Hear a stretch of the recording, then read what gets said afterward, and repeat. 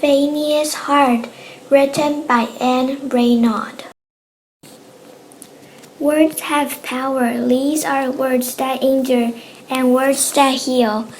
Then there are words that can save your life. When I was young, my mother had many secrets. Some she shared with me, some she did not. There was the secret of the tattoo number on her arm. The secret of why she had no sisters, brothers, cousins, aunts, or uncles, and why I had no grandparents. They were swallowed up by a great darkness, was all she said. When I was almost 10, I came upon another of my mother's secrets. I would have missed it had it not trembled from a lace handkerchief I found in her dresser. It was a tiny book shaped like a heart, no bigger than a butterfly. The cover was wrapped in purple cloth with the letter F embroidered in orange thread. Each page opened like wings, revealing pencil writing inside. I struggled to read the words. Only here and there was I able to make out a few names. Ruth, Eva, Tania. Maybe Mama will tell me this secret, I thought. So I brought the heart to her. Mother was surprised to see the tiny book cup in my hands. She sat down at the kitchen table and pulled me close. My sweet sorrow, this is a treasure gift, she said, tracing the embroidered letter with her finger. As her brown eyes filled with tears. The F stands for my name, Fania. Who made it? I asked. This heart was made by brave young women who were like sisters to me. When we came from different countries, Poland, Czechoslovakia, France, Belgium, so we spoke different languages. Yiddish, Polish, French, German, we managed to understand each other. My best friend were Zeleta and Brania. They were Polish like me.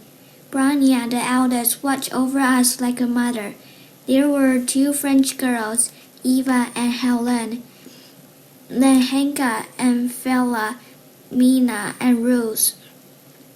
They were 20 friends in all, some only 15 years old.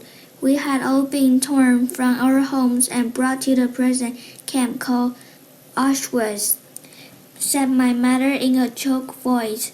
You were in a prison? I said, my eyes widened. It was wartime. Germany's Nazi army had invaded many countries in Europe.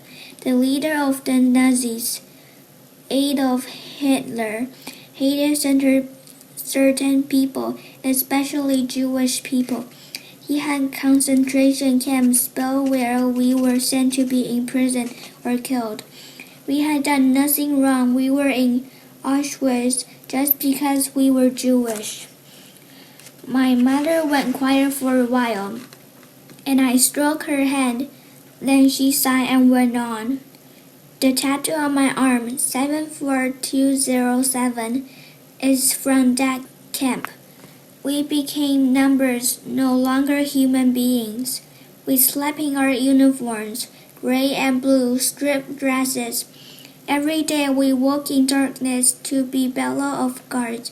For breakfast, they gave us a cup of water, down coffee or tea.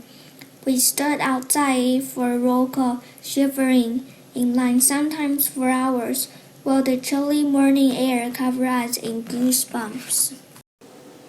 As the sun rose, we plodded through the camp's gates, then along a dirt road until we reached a large factory building. There we were forced to make weapons for Hitler's army. We did not want to make these weapons because we knew they would be used against the people who were trying to help us. We fought back in small ways. Sometimes we put dirt in the parts we made or assembled them incorrectly. so they could not work. We sat at long tables, 10 of us on each side. We were forbidden to talk, forbidden to move from our benches. We worked for 12 hours, elbow to elbow. Lunch was usually soup made from nettles and weeds. Because we were so hungry, we ate whatever was given to us. We had to eat if we wanted to survive. To keep from gagging, I would close my eyes and imagine my mother's chicken soup. At dusk, we lined up outside the factory to be searched. The guards wanted to be sure we were not smuggling anything to use against them. Exhausted, we then set off on the hour-long march back to camp. When it rained or snowed, our wooden shoes sank deep into mud or slid on patches of ice. The guards were quick to whip or kick us if we stumbled and fell. Evening meant soup again. This time, flavored with potato or turnip peel. We would receive our daily ration of bread, often stale, streaked green with mold. At night, we crawled into 3-tier bunks of plank woods. We slept 4, 5, and even 6 to a bunk on a thin lace-infested mattress with no pillow and one blanket to cover all of us. I dream of my family. My older brother Label, my younger sister Mushka, and my dear mother and father. I pray I will see them again. Every day I search for their faces among the other prisoners, but I never found them. I missed them so. I still do. Over time, I learned to take comfort in the smallest things. It was a good day when the rays of the rising sun warmed me and took away the chill as I marched to work. I consider myself fortunate to be working in the factory indoors. We were not exposed to the numbing cold of winter or the scorching heat of summer. We had a better chance of surviving than the prisoners who work outside shattering rock in a nearby quarry. We all lived in constant terror of being beaten or being shot. We were afraid of not surviving another day, but we coped as best we could. Because we were always hungry, food was a favorite topic of conversation. We recite recipes to each other and imagined the day when we could eat to our heart's content. There was little laughter, but we tried to make each other smile by telling funny stories. As the months went by, we kept each other's spirit up with words of encouragement, so we would not drown in our sad thoughts. With these women by my side, I never felt alone. But why did they make this hard for you? I asked. You see his sorrow? One day I told my friends I would soon be an old lady, since my 20th birthday was fast approaching. But 20 is not old, I said. 20 can be a lifetime. We were all so worn and ropes-and people did not live to be old in that place, said my mother. I did not imagine feeling any differently on my birthday than I had on all the days before, but I was wrong. On the morning of December 12th, I sat at my workbench and noticed something being handed from one co-worker to the next and slowly making its way to me. It was a small birthday cake my friends had pieced together from their precious bread rations. They had remembered. Tucked inside the bread was the heart you hold in your hands. At first, I did not know what it is. I quickly hid it in my armpit so it would not attract the attention of the guards. Luckily, they did not find it.